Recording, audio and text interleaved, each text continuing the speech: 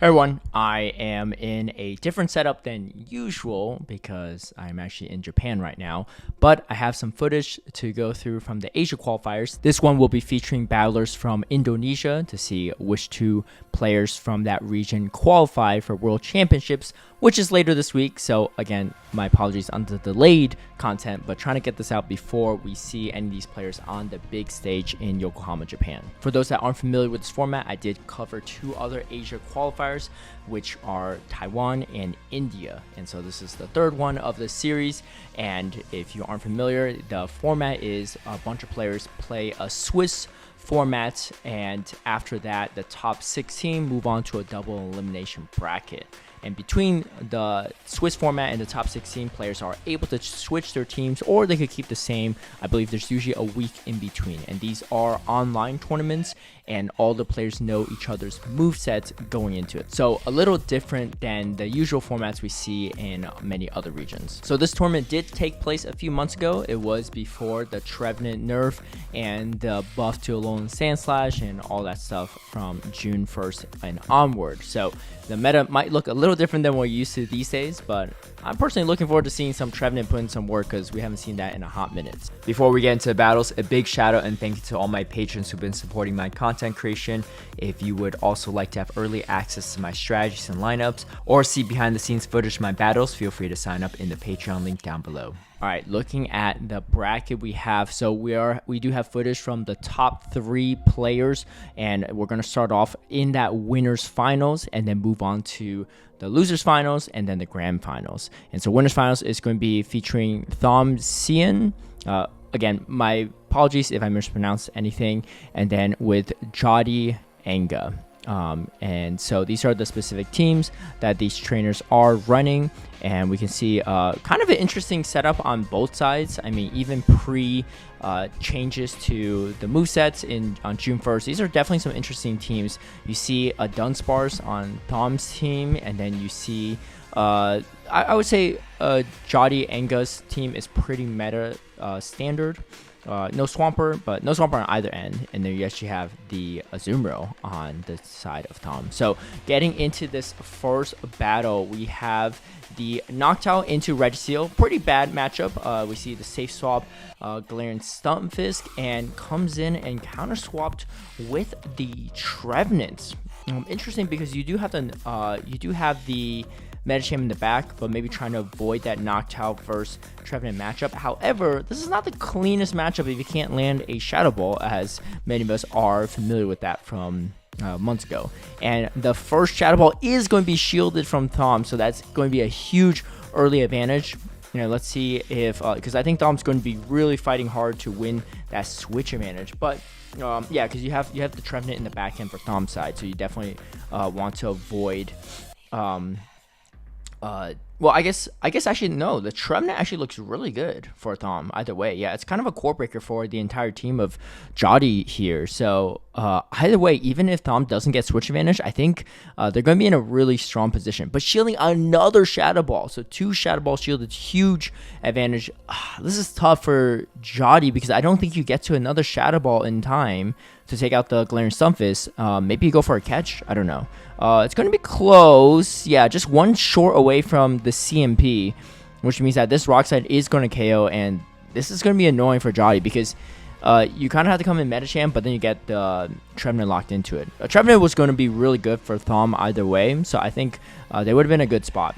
But here comes the Medicham. Again, I think this probably would have been the safer counter swap, but that Trevenant would have been a huge problem either way for Jody's side. And Thom actually getting to Earthquake as well. I think if you're Thom, I mean, you're in a really good position. You just come in Noctowl, soak up all this energy, and then you have the Trevenant to kind of take out the rest of the backline, essentially. Medicham and Registeel are not going to do great into Trevenant. I mean, even post-nerf, I think Trevenant would be pretty good in this specific position. But here comes that Registeel, and then Thom is going to instantly counter-swap to that Trevenant. I think the Zapcan is going to come out before the Shadow Balls reach, because Jody did have some residual energy. But yeah, this is gonna be a tough position. I think Thom could probably safely just throw a Shadow Ball and then maybe go for the Seed Bomb after. The debuff is going to come in handy, but typically speaking, this is still going to be in Trevenant's favor, especially shields down. You can't even shield the hard-hitting Shadow Ball. The debuff did come in handy, though. I mean, the next Shadow Ball is definitely... the next Seed Bomb's not enough, so you have to go for a Shadow Ball, and is going to be thrown before the Zap Cannon is reached. We see the screen recording kind of fail on Thom's side, but no big deal. We still see Jotty's POV. So we're gonna see that, and then yeah, this is gonna be really tough. Trying to farm up a little additional energy. I mean, you definitely need something for that Noctowl, but I think the problem is you need some more counter damage. Just even reaching one more Ice Punch is just not enough. Yeah, it's just not enough. And Noctowl had energy, and this is definitely gonna be Thom's match for game number 1. So not a great lead, but that Trevenant was a huge core breaker for Jotty's side. I mean, you see there's a Powder Snow, I assume Powder Snow, Low Ninetales, and Noctowl, but other than that, Trevenant is actually really strong for Thom, so I'm surprised that we didn't see a stronger check to that Trevenant, and we see this time around bringing the Noctowl, the hardest counter for that Trevenant, kind of ABB, weak to Trevenant in the back, so I assume Jotty's going to probably want to swap out. I mean, it's a little weird because you have a Medicham, so you don't really want to lock that in. Oh, and catching the Sky Tag, really nice, because there just wasn't really any clear way to predict when the Sky Tag was being thrown. The energy was already there. So that's going to be a nice way to expend some of that energy, but you can see Thom building up to a Sky Attack again before swapping, and this is going to be a really good position for Thom because with that Sky Attack, even though you caught the damage on the Regiseal, this Regiseal is now in Earthquake range because that chip damage from the Sky Attack. When it's not, yeah, if you come in Galarian Stunfisk into a full health Regiseal, that's a completely different issue. You still have to throw 2 moves. But this gives Thom's a huge advantage because now you have an Earthquake, which is enough to one-shot. And then Jotty's going to shield, but the problem is like you still have to throw at least a Focus Blast.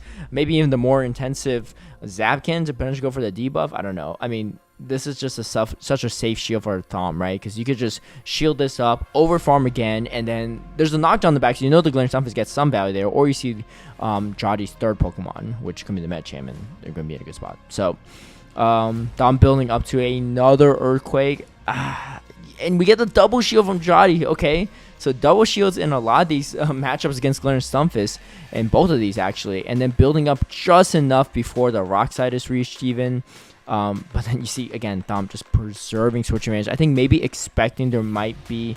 oh, well, yeah, you really just don't want... Oh, okay, actually coming in with the Noctowl. Saving the energy and coming in with Noctowl. This is interesting. Yeah, this is going to be an interesting position either way. I think it's not a bad spot to be in because you have the energy for the opposing Noctowl, and then you actually see the Noctowl come in from Jotty's side. I don't know if the Sky Attack's enough. So, yeah, you're probably going to get hit by the opposing Noctowl Sky Attack. Yeah, so just a little short. However, you are able to come out with a little bit of energy on this Noctowl.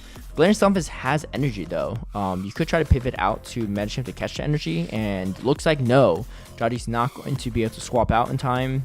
And this is going to be really bad because, again, Trevenant was a problem for the first game, and Trevenant is going to be a problem for the second game. I mean, Trevenant just looks so good into Jotty's team. I mean, you pretty much have play into everything. Even the Powder Snow Low Ninetales can't resist any of the moves. It's really just the Noctowl you have to worry about. But yeah, there's no Low Ninetales, and I think Jotty recognizes that this is not going to be a very winning matchup.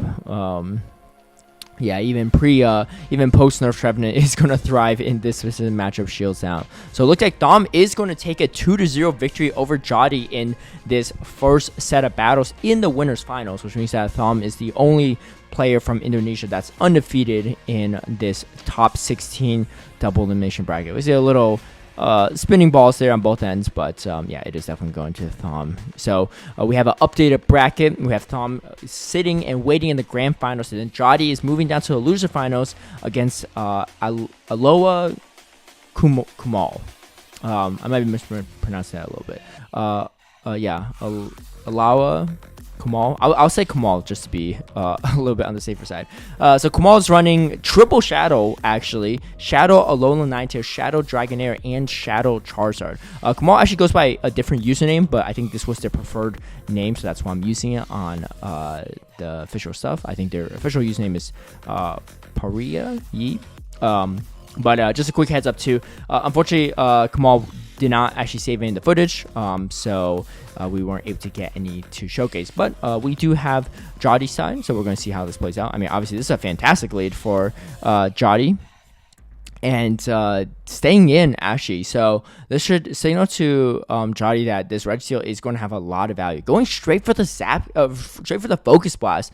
I think typically you could throw the Zap King because you need to throw 2 moves anyway. But I guess you get to the second Focus Blast a little bit sooner. But yeah, this even the Lick and Body Slam spam is starting to add up against the Registeel and the Zero Shields.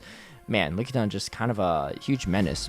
But Jotty is going to overfarm a little bit in this situation, get as much energy as possible, and then going to throw the second Focus Blast. We actually get a shield actually from Kamal. Okay, this is going to be super awkward because you really don't want to shield a Registeel, but force to shield it. I think this is why a lot of players throw that Zapcam for the potential debuff, because then the Lick and Body Slam damage adding up after is not going to be as immense, despite the fact that it costs a little bit more. So we do see Jotty fighting hard for switch advantage and going to be able to get it with very little health left on Registeel. At least it prevents Kamal from getting too much farm in this next matchup. It is going to be the Powder Snow Alolan Ninetales, and getting that extra 2 Powder Snows is going to be huge, but switch advantage was pretty important, so Jotty is going to be in a pretty good spot. Yes, the Dazzling is going to hit pretty hard, but it takes a second to get to.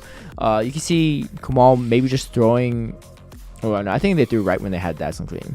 Yeah, and it's going to be excuse me, it is going to be that Dazzling Gleam, but Jotty recognizing that you can definitely tank it, and then now getting the alignment that Jotty wants. So fighting for alignment was pretty important there, despite the fact that Registeel had to shield against the Lickitung, but I think it was the right decision. So I think this is a pretty good spot for Jotty. I mean, yeah, you get in a kind of a dangerous spot sometimes if I like this play a lot. Throw on CMP so that if you could force Kamal to shield the Shadow Ball, then they're down a shield. And if you don't, you take them out, you still have a shield remaining. And honestly, this Alolan Ninetales has to respect a potential Shadow Ball. And if they don't, this is going to do a lot of damage. You can potentially spark down if you're Jotty. Yeah, Jotty already has a Thunderbolt ready too. I think Kamal maybe try to catch a move earlier on the Medchain, but just not enough. And then yeah, you have Thunderbolt and almost 2 Surfs. I think going for the double Surf is the right call. Just ensure you knock it out. Because the awkward part is if you throw a Thunderbolt and then it's not in spark range, you still have to throw another move. But yeah, having the shield remaining, and it's definitely going to be a GG for Jotty in this first game. So trying to fight their way back into that grand finals, getting that rematch against Dom. Off to a good start with this 1-0 victory against Kamal. So let's see if Kamal can make an adjustment to make it at least force a game 3. So this is going to be a fantastic lead for Jotty. It's not looking good so far for Kamal. Let's see how Kamal adjusts. Again, staying in. So I think Kamal may be running a lot of like ABA teams, right? Weak to certain things in the lead. Forced to stay in these matchups, but honestly, that last one is still pretty close, despite Lickitung into Registeel. And we don't see a shield this time around for Kamal, so choosing to just let this Registeel probably go after throwing maybe a Zap Cannon or 2. The second Zap Cannon is not going to be reached before Jotty gets to this next Shadow Ball, but we do get the debuff, so it does force Jotty to throw a move. Maybe going to overfarm just a little bit. You can see throwing just 1 extra Shadow Claw before throwing the Shadow Ball. And so this is going to be enough to KO. Yeah, I think this Trevenant is decently strong into the team of Kamal, especially if you don't get that Charizard or Lickitung on it. Powder Snow, Alolan Ninetales, yes, super effective Powder Snow damage, but this C-Bomb and Shadow Claw still add up, and you can see it doing quite a bit. And this is actually pretty good for Jotty because even though this Alolan Ninetales has so much energy, it can't really do too much into this Registeel. Here comes a Medicham. Ooh, this is going to be super interesting depending on the moveset of the Medicham. Obviously, I don't know the moveset yet, but the players know because, again, in the Asia qualifiers, they know each other's movesets ahead of time. This is going to be super awkward if it's Power Punch, and it ends up being an Ice Punch. Okay, so this is Ice Punch Psychic. So Jody obviously recognizes that because already knows the moveset. So shielding a potential Psychic, unfortunately not able to get it.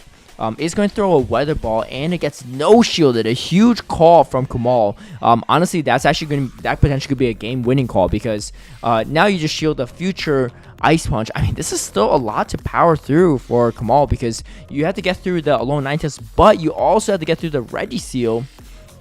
And again, do you call this potential Ice Punch, or is it the Psychic this time? And it's going to be another Ice Punch, double baited with Ice Punch. That's so tough for Jody. I mean, I think if you're Jody, you're thinking, well, I resist all the moves on the Regiseal, right? So I really don't want to spend the shields there. Shields are down, though. Okay, so it is going to swap over to the Regiseal now. I mean, I don't know the moveset. I mean, if this thing is Dynamic Punch, well, one, I'm a huge fan of Kamal right off the bat, if that's the case. But also, two, no, okay, it's going to be Psychic. But that's going to do a lot of damage to Regiseal if that was the case. Looks like a little bit, I assume, mutual latency, because this was not rematched. And then opponent does swap over to Ninetales. And is going to throw Dazzling. This is so clunky for this Regiseal, because you have to throw a move against this Alolan Ninetales. It's going to farm as much energy as possible, but is giving a slight opening for this Medicham to counter down, potentially build up to a Psychic. I think that Alolan Ninetales is pretty energy dry, and unfortunately, Jody is still locked into this matchup, so a little unfortunate. And looks like does get the full counter down. Does Kamal have the Psychic ready? And it looks like it is about to come through. And I mean, even Ice Punch might be enough. It's going to be Ice Punch. I don't think the Powder Snow damage is going to add up fast enough. Yeah, so Ice Punch is going to finish it off for Kamal there. So we do tie it up 1-1. And this time the Charizard comes out, but it's against the Alolan Ninetales. I don't know if it's Powder Snow or not. We haven't seen it yet. And this one is going to be Powder Snow. So it's going to be pretty favorable for the Alolan Ninetales. I think if you... Yeah, I think you just get outpaced, unfortunately, if you Charizard. A great catch from Kamaldo, catching a Lickitung way past the Weather Ball energy, but I think maybe trying to throw right before the Blast Furnace reach, so maybe a good prediction from Kamal to expect that.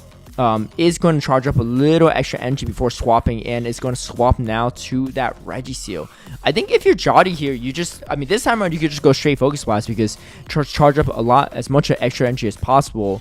Because one Focus Blast is going to be enough. I mean, again, catching that Weather Ball does put the Lickitung in a single charge move range, as opposed to not catching a move. So sometimes, there's a lot of pros and cons of catching moves, right? And this is one of those specific cons for Kamal. But Jody is going to farm up to 100 energy, getting as much energy as possible. I mean, this is good, but the thing is that Charizard did leave with energy, so Charizard can still have a lot of play into the Regiseal, despite that it came out with energy. I think as long as Kamal's keeping track of the energy on this Regiseal, you probably don't have to spend a shield on the Charizard, as long as you just overfarm a little bit extra, and then throw the Blast Burn before Zap Cannon's reach. And looks like almost perfect timing and calculation from Kamal, taking very little damage, because those lock-ons just not really doing anything residual to that Charizard. Blast Burn is going to come through and finish it off. Let's see how much residual energy. And you see Jody just going, not messing around, throwing that Weather Ball right away. Wants to get this shield or get this Charizard off the field, because you have that Trevenant in the back. And yeah, so let's see how Kamal's going to play this out. Again, Kamal was baiting so much last game, and is going to continue the bait streak against Jody. Man, super frustrating for Jody. And then catching another Weather Ball, but this time resistant on the Alolan Ninetales. This is going to be a huge catch, because this damage is going to go nowhere. And both Alolan Ninetales are pretty much energy dry at this point. But, oh man, this is so tough. This Trevenant has nowhere to go now. Honestly, Trevenant had nowhere to go for this entire matchup. He had Lickitung, Powder Snow, Alolan Ninetales, and Charizard. I was saying earlier, Trevenant doesn't look too bad in Kamal's team, except for these three Pokemon. But, yeah, all three of them are going to be pretty good. I mean, actually, Kamal seems pretty good into Trevenant. I think I may have misspoken. I mean, Shadow Dragonair is not too bad into it, because you resist the C-Bomb damage. But, yeah, this is so awkward. And, you have even less health than... then Kamal's Alolan Ninetales. And man, this is so awkward. Oh, and losing CMP as well. I mean, you have to shield Weather Ball. It's a Weather Ball, but you have to shield because your health is just so low at this point. Maybe trying to build to close to 2 Weather Balls. But I think Kamal has some energy on that Charizard. Maybe only can get to a Dragon Claw, but Dragon Claw might be enough to take out this Alolan Ninetales at this point. Weather Ball is enough, and it looks like it's going to be, oh, it's heartbreaking. It's going to be Charge Room priority on this final move. Even Dragon Claw should be enough to finish it off. So I think Jody actually made this game pretty close, all things considered, because that Trevenant had nowhere to go. But it looks like Kamal is actually going to be victorious in that losers finals and moving to the grand finals against Thom to face off. So let's see how Kamal is going to adjust to a new trainer's team. We haven't seen that Dunsparce at all, actually. But Dunsparce actually looks decent into Kamal's team. I mean, you got positive matchups against the Alolan Ninetales, the Lickitung, the Charizard, and it's not terrible into Dragonair, so maybe we do see some Dunsparce. Of course, this is before the rollout got buffed, so it's not as strong as it is currently, but not too bad. Shadow Dragonair is going to come in, and this is actually going to be kind of annoying for Thom's team. Outside that Azumarill, it's going to be really, really solid, and Azumarill is honestly not too bad. I mean, I think Azumarill has 4 positive matchups. I'm actually really surprised that Azumarill is not on the field for Thom. Maybe trying to overpredict there, expecting the Registeel or the Lickitung. So bring the Galarian Stunfisk, Medicham. I forgot what the third. Oh, and the Noctowl, right? Kind of 3 things really strong to Lickitung. One of the most reliable counters, one of the more reliable counters for that Azumarill, and does get the Earthquake shielded, but is going to safe swap Medicham and going to take some of this energy, which probably not a big deal for the Medicham. Pretty bulky. And absorbing some of this energy is going to be kind of nice. We don't actually know what's on the backline Kamal because, again, we unfortunately don't have footage there, so it's going to be a surprise to everyone, including Thom. I think Thom's probably going to shield this one because you don't want to be too low on health and get just Dragon Breath down, right? Maybe going to overfarm a little bit. Oh, and here comes the Alolan Ninetales. All right. So this is actually... It just depends if the shield is put up here or not, right? If he gets no shield, it's actually going to be pretty meaningful. And it does get no shield. I think Kamal wants to save some of those shields. And is going to probably throw this Weather Ball right on CMP. Yeah, it is going to be on CMP. Or like right before even. But this is going to be pretty good. Going to give minimal farm to Thom. But no, Thom actually choosing to shield.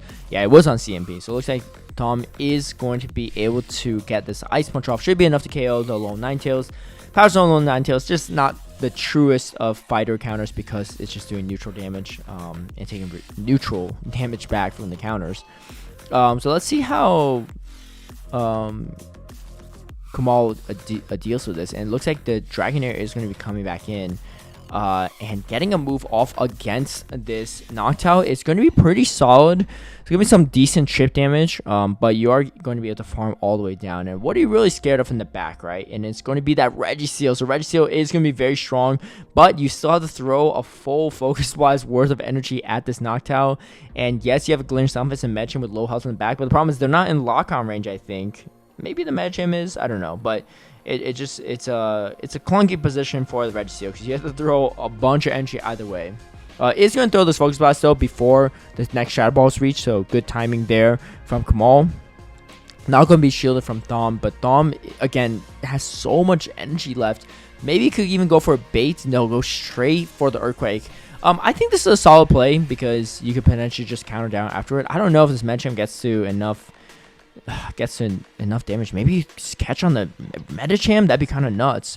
Oh, and is going to try to catch a move, but the problem is doesn't catch a move, but you still have to throw the energy if you're Kamal. And again, this is why Registeel is so strong, but also super clunky at times because you have to expend so much energy and you can't bank a move. I mean, you have to catch a move here, but no, unfortunately, not going to be the catch. I think went probably a little bit early, but might have lost track of the energy because, yeah, it wasn't even at Earthquake energy, unfortunately.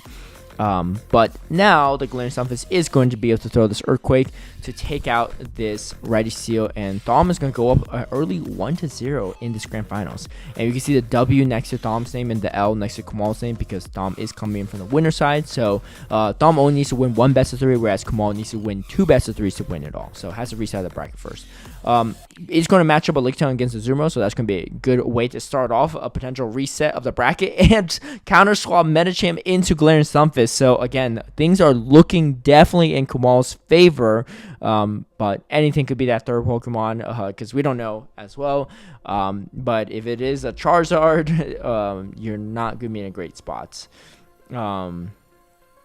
It might be a Charizard, actually, now that I think about it, because maybe the Medicham is a safe swap to draw out the Azumarill.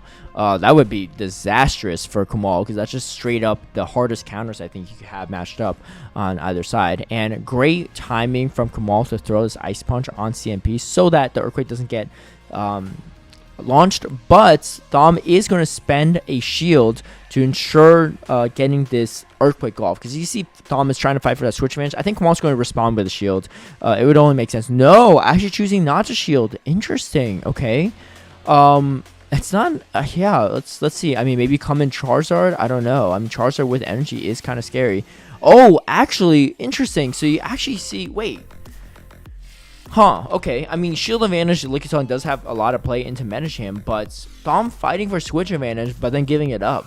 I don't know about this strategy. Interesting. Maybe doesn't want to get too much energy on that Lickitung, but I mean, I think you just gotta hope that it's maybe like a Dragonair or a Lone Ninetales or even a Medicham or Charizard in the back. I mean, honestly, again, Azumarill good against 4 Pokemon, and one of them is out of the way with the Lickitung. You just have to just get the Medicham locked in. I don't know. Let's see how this plays out, though. Maybe they have a different strategy in mind. But yeah, again, Azumarill does look really strong as long as you avoid that Lickitung and Registeel. Unfortunately, not able to avoid it in this scenario. Maybe just going for energy advantage Medicham, but you're still down shields. And then, okay, yeah, and here comes the Powder Snow Lone Ninetales. I think Powder Snow Lone Ninetales up a shield against Azumarill is kind of annoying, but it's not a true counter to Medicham, right? And so I think Thom probably won switch advantage there, but again, shield advantage on the Lone Ninetales is kind of and catching a move on Glittering Stunfisk. Hey, maybe saving the Glittering Stunfisk for this very reason. It's going to be a Weather Ball or Dazzling Gleam. Unfortunately, it's going to be a Weather Ball. So still a decent amount of energy left in the tank for Kamal. I mean, this is just kind of awkward because you have to kind of land a Dazzling Gleam to win in this scenario. And we see the shield from Thom. Is this going to be a bait or not? And it looks like it is going to be a bait. I can't remember who was baiting a ton in the previous game. Was it Kamal? I think it was Kamal. It looks like Kamal has a very heavy tendency to bait a lot, and clearly it is paying off. But going for back-to-back Weather Ball, kind of interesting. Yeah, why not just build it to Dazzling Gleam now that shields are down? I don't know. I don't think there's another Pokemon for Thom, right? So they can't catch anything. Yeah, I don't know. Well, either way, I guess. Maybe just saving the shield for Lickitung. I think it's fine too, right? It's a fine strategy. Lickitung is going to finish off this Medicham. Still has a decent amount of health left. So Kamal evening up the score, trying to fight for a bracket reset. Let's see if we can make it happen or not in this pivotal game 3. And Thom is going to lead a Medicham into a Shadow Charizard. That is not where you want to go. And look at the back line, too. I mean, where do you go into the Shadow Charizard? You have the Dunsparce, which is, yeah, like decent in the Shadow Charizard. But even Charizard does all neutral damage to that Dunsparce. I mean, this Shadow Charizard looks so good into Thom's team. I don't know if Kamal knows it, but you definitely got to shield everything. Oh, and go straight for the Blast Burn, actually. I mean, I don't hate that play because you force the shield from Thom, right? If they want to get the move off, or if they don't shield, Blast Burn just one-shots. And we do see this shield in return from Kamal. Going for another Ice Punch, and is going to be caught on the Registeel. I like that play a lot from Kamal because knowing that you're going to get outpaced by one counter to that second Blast Burn, now just catching on the energy on the Registeel. But man, this is kind of uncomfortable at the same time. I think maybe farm a bunch of energy, come in. Trevenant? Oh no, okay. Well, it's going to stay in, forcing the Registeel to throw their energy. I mean, okay, this is interesting. So I think one play is maybe if it's like a Lickitung in the back, that Dunsparce is actually going to be pretty strong. But if it's like a Medicham or something, you're in a really bad spot, right? I think Thom is making a prediction it's the Lickitung, which I think is a really great prediction because there's two things that beat the Azumarill. It's the Lickitung and the Registeel, right? So it's probably ABB line in that regard. Charizard good into Medicham, but also being super weak to Azumarill lead means that you need your 2 Azumarill counters, and that's exactly what we see, which is a great read from Thom because now you have Dunsparce that has a great matchup. Oh, and getting a full rollout through too. Unfortunate timing from the Lickitung, but this really just helps set Thom up for a Dunsparce sweep. I mean, you have to potentially catch a drill run on the Charizard, and looks like it's not going to happen on this drill run. Drill run's not enough to KO though, and you still have a shield on Kamal side. Actually, a lot of health on that Lickitung. I mean, yeah, this is a positive matchup for Dunsparce. Still not a great one, though, but this much health on the Lickitung is not the worst case scenario for Kamal. Let's see how Kamal takes down this Dunsparce. Do you go for the catch on the drone? That's a real question, right? I mean, you see Thom throwing at like kind of weird timings to make it harder for Kamal to predict when that next drill run is going to come out, but I think you need to catch a drill run to win this. I don't know. It's going to be super awkward. Let's see how it plays out. And looks like... Oh, and you see Thom actually expecting the catch and throws a rock slide instead. I don't think Kamal went for the catch there. No, it did not. So, but I like the attempt, though, right? Try to catch the opponent off guard and just throwing right away. But this is a little bit awkward now because now that you threw the rock slide, it's a little less energy efficient, or damage efficient, I should say. So, and again, going for another rock slide. This rock slide makes a lot of sense because there's enough to KO the Lickitung either way, or if they catch on Charizard, right? So this makes a lot of sense. It's going to come in with the Trevenant. This Charizard's actually kind of low. I mean, all that counter damage did add up. Ooh, this is kind of a big shield call, and it looks like it is going to be a Dragon Claw that comes out. And it's going to be back-to-back Dragon Claw, though. So the second one is not enough to KO. I think Kamal is going to want to have to... I don't know. You kind of have to shield, right?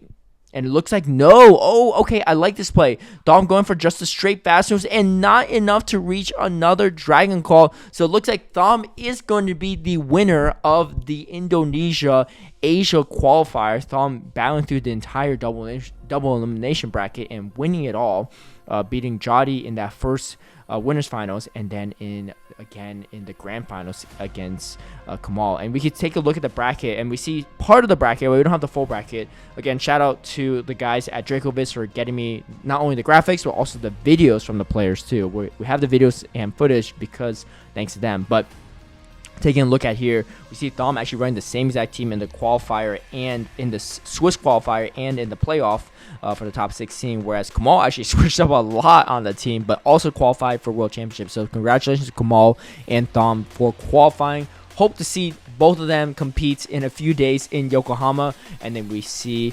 Jody, unfortunately, just falling a little bit short, but still having quite the run. We actually have a usage chart as well, too. And we see Knocked Out all the way at number 1, Medcham at number 2, Galarian Stunfisk at number 3, and Trevenant at number 4. Obviously, things have changed a lot since a few months ago when this Asia qualifier took place. But excited to still see how these trainers are adjusting to the new meta and World Championships in a couple of days. So look forward to seeing how these trainers play, and hopefully you all tune in as well. Or if you're competing, best of luck. If you like this video, feel free to give it a like and share, subscribe for future content, hit that notification bell to get alerted right when I post a new video, and I'll catch you all next time.